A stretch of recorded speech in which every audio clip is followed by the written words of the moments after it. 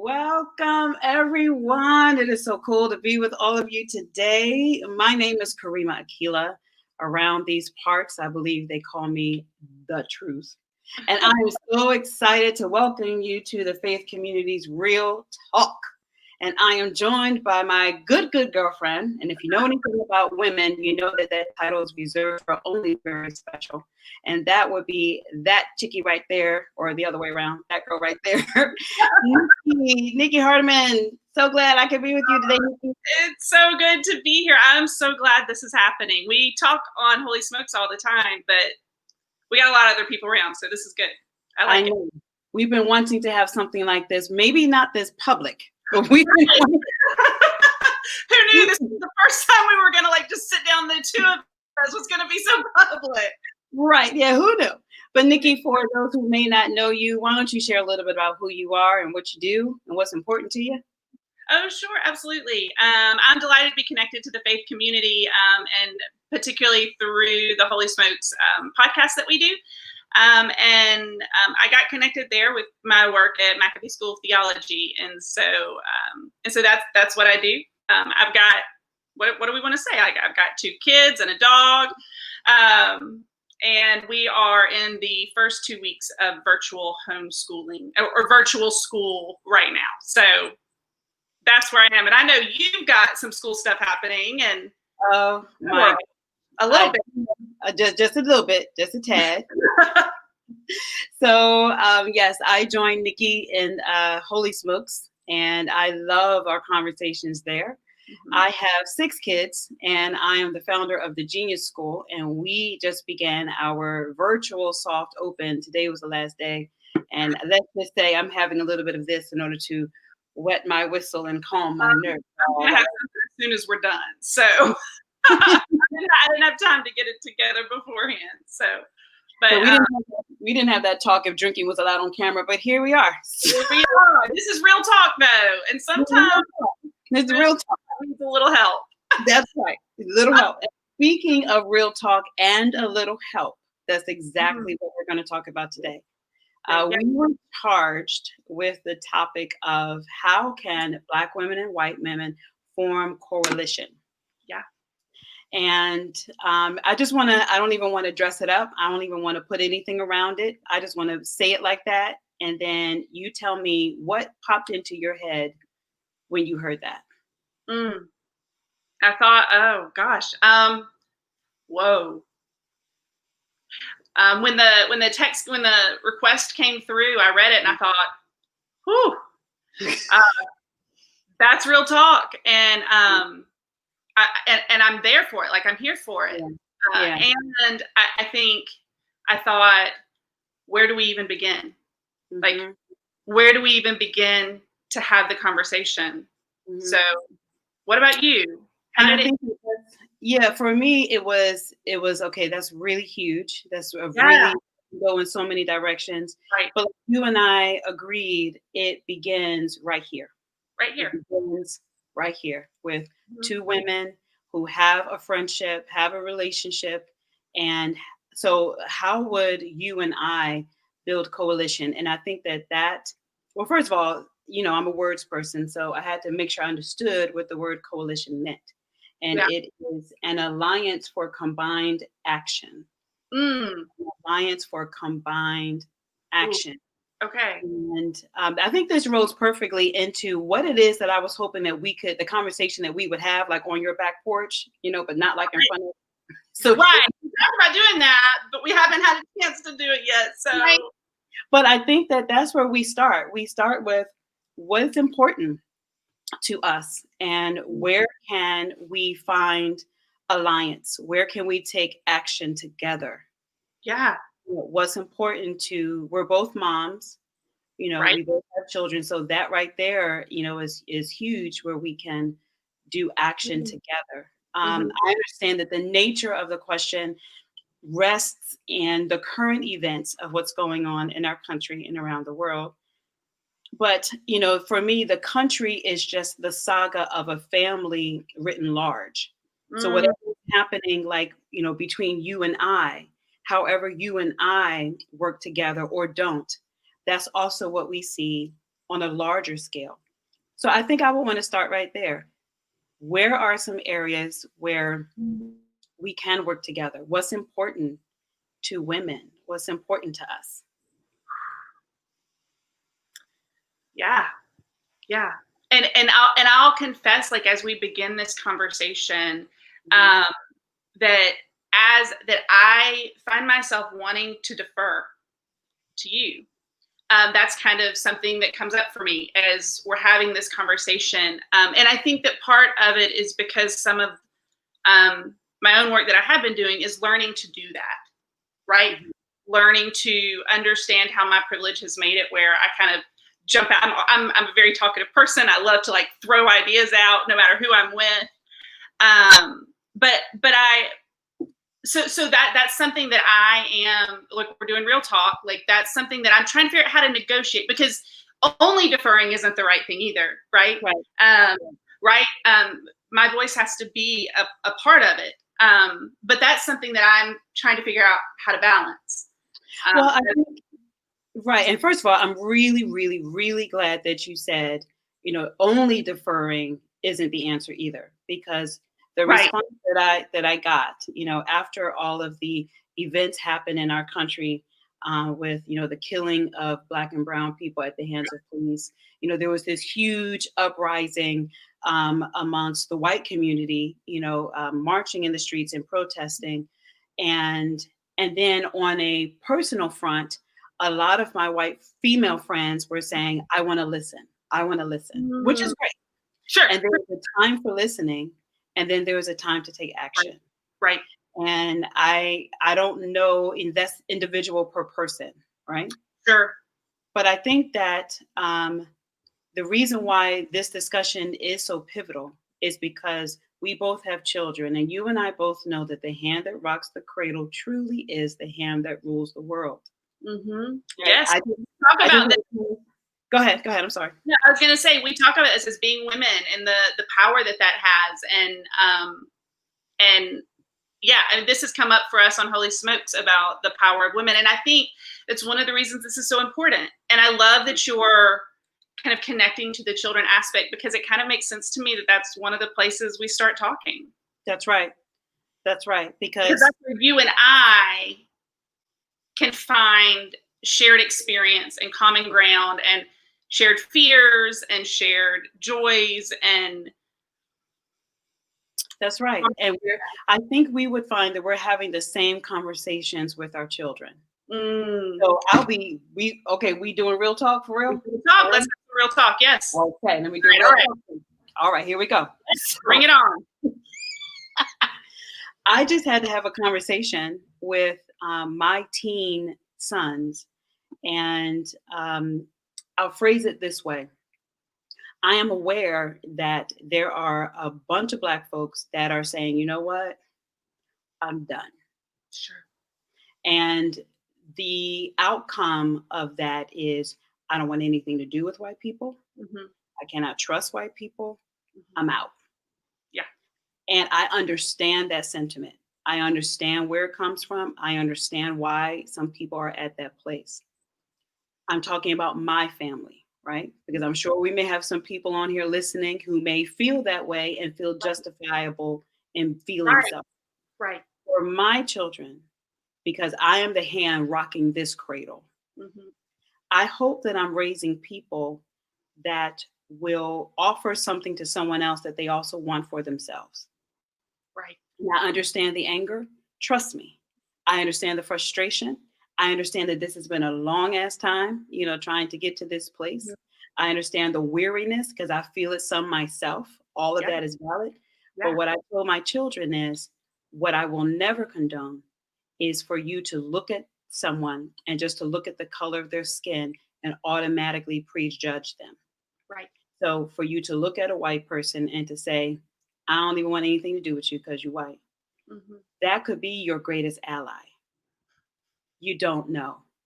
And the same thing that I would not want a white person to say about my sons is the same thing that I do not want my children to say about someone else. So the conversations that fathers too, but right now it's us ladies talking. It's just us right now. Just us right now. That's all right. Right. So the conversations that we're having with our children should be similar. So what are you finding that you're saying to your kids during this Right. time? So, yeah. So I find myself often it's explaining what they see on the television. I talk to them about the things that are happening in this world, and work to do some education around that so that they understand, right? That it kind of in the household that I grew up in, we didn't talk about race. I mean, that's not what people talked about when I was growing up. And in fact, like, you did everything you could to make sure you didn't talk about it. And so I make sure to talk about the challenges, the pain in our country, and we talk about how we judge people after we get to know them, after we develop a relationship with them, that we don't prejudge them based on the color of their skin or based on what somebody else says about them only, but that we get to know who they are and that we get to understand where they come from. And so, yeah, absolutely, we're having those conversations, and they roll their eyes at me all the time and go, "Oh, it's mom talk." That's what they call them, right? So, and that's anything. That's not just issues related to race. That's anytime I try to teach any kind of lesson. They're like, "Oh, mom talk." So it's been dubbed. But yeah, we are having those conversations, and it's been because I feel a little bit like I'm building that part as I go. Like these were not conversations that my parents had with me, so I'm trying to figure out how to have them now with my kids. So I'm having to dismantle and figure out my own stuff in the middle of it, while also trying to teach them. Yeah. So it's interesting to watch them try to understand racism and how that plays in our world, while also they know they've been taught like everybody matters and everybody counts, and it's this kind of there's some dissonance that we're trying to work out there, I think. Yeah. That's the word, dissonance, right? Like, so aside from the children, I know what I'm telling them. I also know what I'm sensing. And so, I've been this color my whole life. Maybe since I moved to Atlanta, I feel like my chocolate has deepened a bit. It's hot down here, y'all. It's hot here to do that, I think. So, I've lived in this skin my whole life, and I have been around all kinds of people. And to be completely transparent, when I say I understand the weariness, I get it, because in many regards, I'm tired too. I was the kid that grew up with, my mother is a cosmetologist. So I grew up with hairstyle. 1 minute my hair would be this length, and then I come to school and I got braids down my back, right? Sure. And then, wearing all different types of hair textures and styles. And so I remember my white friends wanting to touch my hair in school, wanting to ask these questions. And so back then, in the 80s and mid and late 80s, early 90s, it was a different climate to a degree, at least in my circle.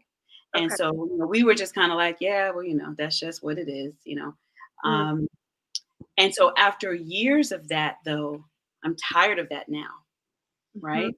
And so I find that I'm going back to the question, in order to form coalition, in order for there to be an alliance for combined action, there needs to be like a playing field that we all understand.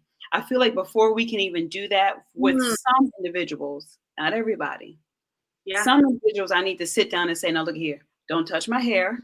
Right. Don't touch it.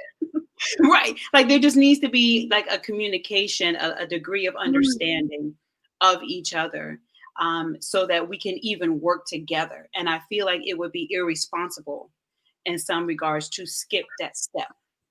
Yeah. Yeah. So what are some ground rules for us? How do we find a playing field where you and I can work together? What matters for you in this conversation? I think that one place we start is just to ask those questions. Like I've had white women say to me, and they kind of, they lower their voice and they're like, so I can't ask anybody else this question, but I've always wanted to know. And so then they would ask a question that they can ask me because they understand that I am, the safe Black friend, the Black friend that understands that you don't know. Right. Like hair. Like when Yeah. I say I'm getting a perm, that means I'm straightening my hair. But now, especially back in the 80s and in the 90s, a perm for white girlfriends meant something different. Right. So you never made that mistake, but you're right, it did. So just to have those types of a safe space, if we have two worlds that, just kind of operate in isolation of each other, but now life has forced us to desire to solve problems together and be in action, then there's a responsible conversation that needs to be had. And there needs to be, I want to say, patience on both sides. Yeah. I want to say openness on both sides because, there are even some Black folks. And I remember there was a point in time when I felt this way, when it was like, okay, that's in-house Black stuff. Like we don't tell everybody that. Yeah. Okay. You see what I mean? Like I remember I had to break it down for my girlfriend, who's white, and she, grew up in a predominantly white area and really, as per her words, didn't have a lot of interaction with Black women, Black people. And she had no clue about the light skin, dark skin Black thing. Like she had no idea at all that even was a thing. She didn't understand how it began in slavery, had no idea. Right. And so there's just, in some circles, there's some conversation that needs to happen. So on one end, maybe in white womandom, there's, let me do my research. Let me ask questions. Let me come to the table with a degree of knowledge that I can ask and say, I understand this is a thing. Why is that a thing? And how can I properly respond to it? And then on the Black side of the table, there needs to be an understanding of there's, some explaining that we might have to do for people who are asking and who genuinely want to know so we can work together. No, I'm so glad you said that because I think as a white woman, Google is my best. So the more, so I, over the last several years, even I've started to on social media follow more people of color. I have found myself in conversations with a wider diversity of people. And that means there's been a lot of things said that I did not get, right? Like jokes are told and I'm like, I don't get that, right? Like, I'm gonna have to go look that one up, right? Or start talking about something and it's an issue that I don't understand. So I start with Google and I go, all right, let me get a base understanding. And once I have a base of understanding, then that's when I think we move in and we have, I call up my good girlfriend Karema and say, okay, I'm learning something. Can you help personalize this? Can you help put this in real terms so that I can understand how it impacts you? That's right. That's right. Yeah. I think that's so important. And I think that my work there is I have to be not afraid to ask. Right? I have to be okay with saying, hey, there's something I don't understand and I need you to explain it to me. Right. And I think that it starts with, what do we really want? Like I was just talking to the children yesterday about, how I always think multi-generationally. So I'm not only thinking about the ones that I have here and the ones that they're going to have, but my great-great-grandchildren. I'm thinking that far in advance, right? Well, what type of world do we want for them? Do we want this same type of conversation and the necessity for this type of conversation to be happening, when you and I are great-great-grandmas? I hope not. One day, Nikki, we're going to be great-great-grandmas. Oh my gosh, we are, aren't we? I'm going to be a sugar mama. I'm going to be a great-great sugar mama. I'm gonna be like the wacky old lady who says weird things and does strange things and makes the grandchildren laugh and everybody else roll their eyes. That's what I'm gonna do. They're gonna call me the crazy old lady, and that'll. So when you are the crazy old lady and I'm the great sugar mama, I hope that our great grandchildren, Lord knows I hope before then, Mm-hmm. But the reality is, what type of world do we want for them? Do we want to still have separate conversations?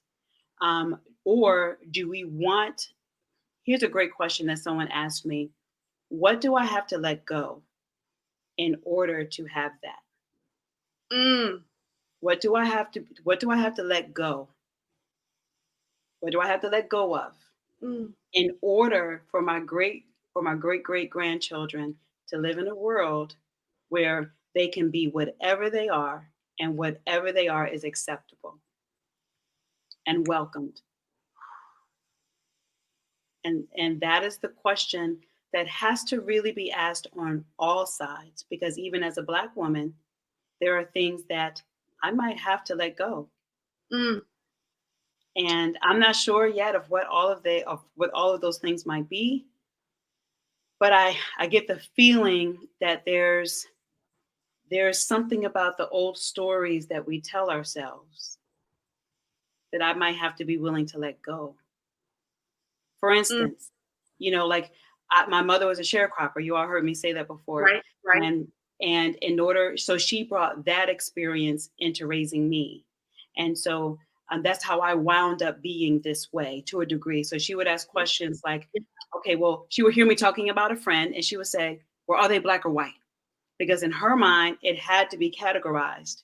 Right. Because growing up in segregated Jim Crow South, her life depended upon that segregation. Yeah, right. So at that time, she couldn't let go of that, because if she let go of that construct, that could have meant physical harm to her or her family. Do you see? Okay, so now here I am, right? Born in the early 70s. And so my mother, just being who she is, asking me that question. And now I have to decide, where do I put this? Do I put that, is my friend Black or white, into a conversation that I still use today? Or do I put this into the past, because that's what my mother had to distinguish people as? So I chose at that time to put that in the past. So here I am. I got Black friends, I got white friends, I got all kinds of friends. But then I have some Black friends that are looking at me. And we're going to keep it real. I hope y'all out there. I hope you're ready. Yeah. Then I have some Black friends looking at me, and I don't quite fit the mold of what they thought, a Black woman, Black girl is supposed to be, right? Right. And I wonder sometimes, even for my parents, even though they desired something different for me, they lived in a world that was different than the world they were raising me in. So there were some things, they didn't have white friends growing up, right? Here I am coming from a white friend telling me this is my best friend. And my mother was like, right. Tonight.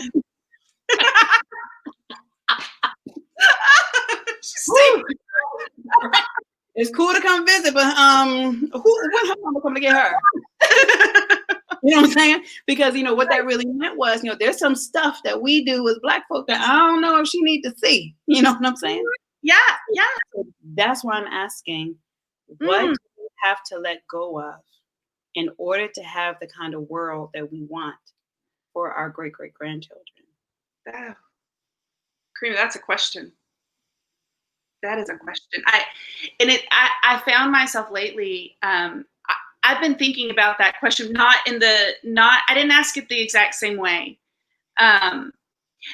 Lately, I've been doing some just kind of journaling and thinking around this idea that as white people, and I think this is particularly it's challenging in a unique way for white women. As we dismantle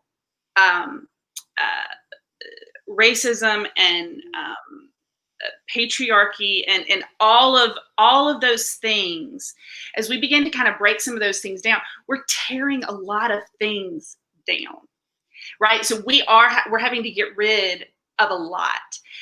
And I have found myself going, I think part of the self-care in the midst of that is I've got to figure out something good to put in its place. Yes.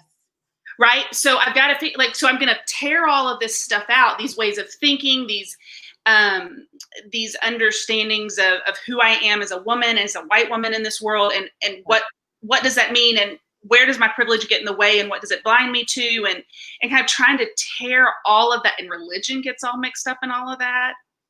Girl, right? That's another place you and I can find some coalition. Yes. That's a whole other talk. That's another day. We'll set that aside. But it's all getting dismantled and torn apart. And I found myself kind of having a little bit of a hollow feeling, like, whew, yeah, I gotta find something to put back in place. And so I think there's this, we have to identify what we have to let go of. Yep. And then we got to figure out what we're going to build in its place. Yes, that's it. And I think that begins with answering the question, what do we want? What do we want? What do we want? I can tell you what I want.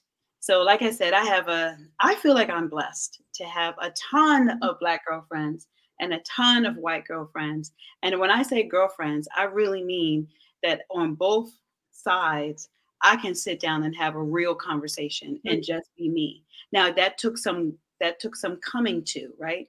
And I remember one day, I had to confess to my white girlfriends, girl, I was so tired. Lord, I was so tired. We were a group of homeschool moms, and I had a retreat that we would go to once a year. And we were in Annapolis, Maryland. I will never forget. And I remember driving to this location and asking myself, okay, which one are they going to get today? Are you going to show them the Karema that they're used to? The one that speaks their language and watches their shows and understands their jokes? Or are you going to show them that Karema plus? Because there's a whole backlog that comes with the plus version. And that's who I authentically am, right? Yeah. That's me being born and raised in Philly, right? The daughter of a sharecropper. You know, my grandmother who taught me how to fuss, cuss, cook, smoke the whole nine, right? All of that, right? You know what I'm saying? Are you going to get all of that? And so I decided that weekend to tell them, I said, you know, I'm tired of the duality of switching code, you know, we call it. And in some circles it's necessary. But I said, you all know me by now that if I can't be my full self, then what do we have? And so they were like, okay, well, what do you mean? And I don't remember what I said. I said some, you know, some vernacular or something. And they were like, yeah, we don't know what you're talking about. Right? Well, then I said, because they didn't have to know. They don't have to code switch. That's right. That's right. They didn't have to know. That's right. They didn't have to know. And I asked them, I said, well, do you want to know? You know, if you want to be my friend, and if you want to be my friend fully and know exactly who I am, then this is all of me. You know what I'm saying? So when I walk into a room and I do like that, that's me saying what's up to everybody, every Black person that's up in here. And I don't have to say a word. I can just look at them and do like that. And we all know we're going to have a conversation in the back corner. So we went out later that night. And while we were out, you know, I saw a Black woman, one of my sorority sisters, you know, which is a whole nother layer. And so, you know, we greeted each other how we normally greet each other. And, you know, this is a Black woman. She don't know that this white girl standing next to me is my friend. Right. You know? So she didn't know not to code switch. That's right. Okay. So she brought the real conversation. And, you know, because, you know, Black folks know to be like, okay, you know, don't. Okay. You're not ready for that conversation. I didn't do that this time. I let it happen. Right. I let it happen. And so I don't remember what the conversation was, but it was definitely, you know, all in the world of Black womanhood and sisterhood and just how we are with each other. And so my white girlfriend, when my sorority sister left, the white girlfriend, we sat down on the bench and she turned to me and she said, I understand what you mean. And Nikki, that was probably the most powerful thing that she could have said. She didn't, in that moment, she just allowed me to be who I authentically am, and she respected it. In that moment, I felt like I was seen and heard for the totality of who I am as a Black woman. And I know that for me at this stage in the game in my life, I need that in order for there to be any type of coalition, you know, to work together. And she was able to create that world by just allowing me to be me, you know, and I'm sure she has some questions. I'm sure she was like, so, like, what did she mean when she said, we'll get to that later. We'll get to it. Like, those were there. So for me, I think that is, that's part of what's necessary. Just creating relationships where we can just be ourselves and ask those types of questions. So let me ask you a question. Okay. I know I'm looking at our time and I'm like, oh, we're about to wrap up. Okay. What is it that, and again, we don't, look, this is the disclaimer. The views expressed here are not necessarily the views expressed by all Black and white women around the world. That's right. Let's put that out there. Okay. So as a white woman, are there like things that, you and your girlfriends talk about that you wish that Black women would do, or like if you had an ask, if you could make a request of Black women, what would that request be?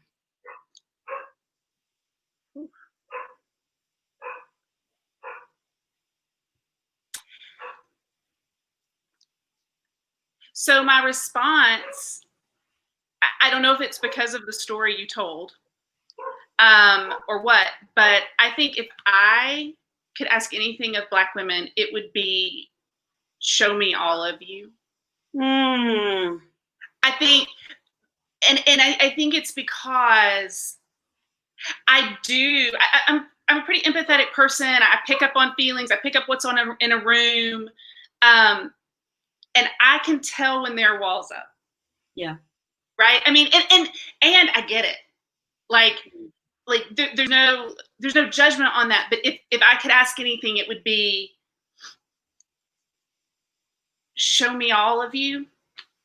I will do my best to hold that trust. I will do everything in my power to be trustworthy of that. Yeah. I think that might be what I'd ask. Yeah. Well, I can answer that and say, you got it, girl. I do. I've got it from you. And I'm so grateful, because I think as you were talking about what you want, I want a world where your great-grandchildren don't have to code switch in front of my grandchildren. That's it. Because I want my kids and my grandkids and my great-great-grandkids to just see humans for humans, no matter what. And that feels a little rosy-eyed glasses. Mm-hmm. But I think if we can't hope for it and envision it and talk about it, there's no way we'll ever get to it. I think you're right. And I think one, it's kind of like we have to, build the plane and fly it at the same time. And one way, that we can do that is we have to have talks together, but then there are very real talks that we have to have separately. Yeah. Like, there are things that Black folks need to talk about and work out. And there are things that I'm sure white folks need to talk about and work out. Absolutely. And we need to allow each other to have that space. And what I'm finding is, I'm finding a lot of times when Black folks say, okay, we just need to have a room full of Black folk and have this conversation. Time after time, white folks are like, well, why can't we be in on that conversation? And we're like, just wait a minute. You know what I'm saying? We're going to be there in just a second. Let us get our ish together and then we'll be right there. Let me figure out what it is that we really want, and figure out exactly what we want to present. Yeah. Then we can talk. So I feel like, and again, I don't want to speak for every Black woman, but I feel like we understand, if y'all need to go talk amongst yourselves, please do. Don't work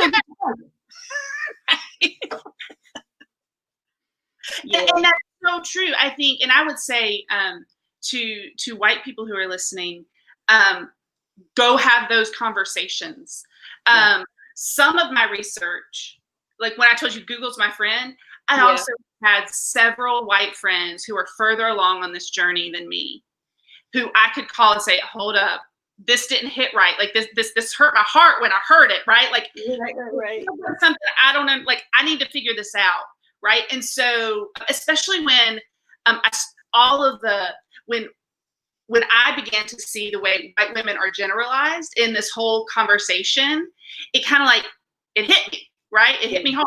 And I was like, I got to deal with it. And so I went to a friend and she talked me through it and she helped me see it. And so she helped me interpret it better. So that it was something that then I could begin to work with.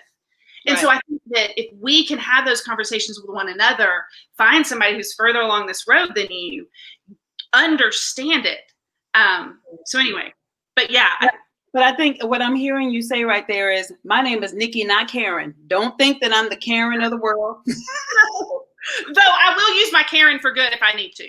She can come out. There's a little one, and when I need to bring her out, but I promise to use her powers for good. Right, right.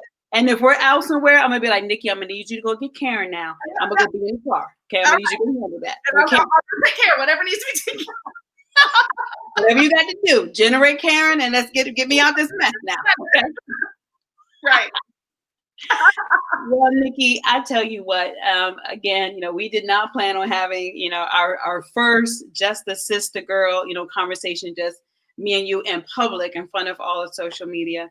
But I trust you and I respect you and I respect your journey and your personal lived experience. And I can clearly see how you are an ally and how I love that vision of our great grandchildren. I love that. And I think that is something for us to work together. I am so grateful that we had this. We still have to have the conversation on my back porch. Yes. With a couple glasses of Uncle Nearest. But I finish up my last little bit of mine. Yeah. But I am so grateful to you. And I will tell you that my experience of you is that what you bring into this world is pure joy. Oh, Nikki. That is how I experience you. And so every time that I spend time with you, I walk away with more joy. So thank you for that. Thank you, Nikki. Oh, and see this right here. This is from The Color Purple. They did that at the end. Yes. Sisters were walking away. Yeah. Uh-huh. I love it. Well, thank you, Nikki, and thank you all of you for watching and for being with us this evening. Thank you. This was fun, and we'll see you next time. See you next time.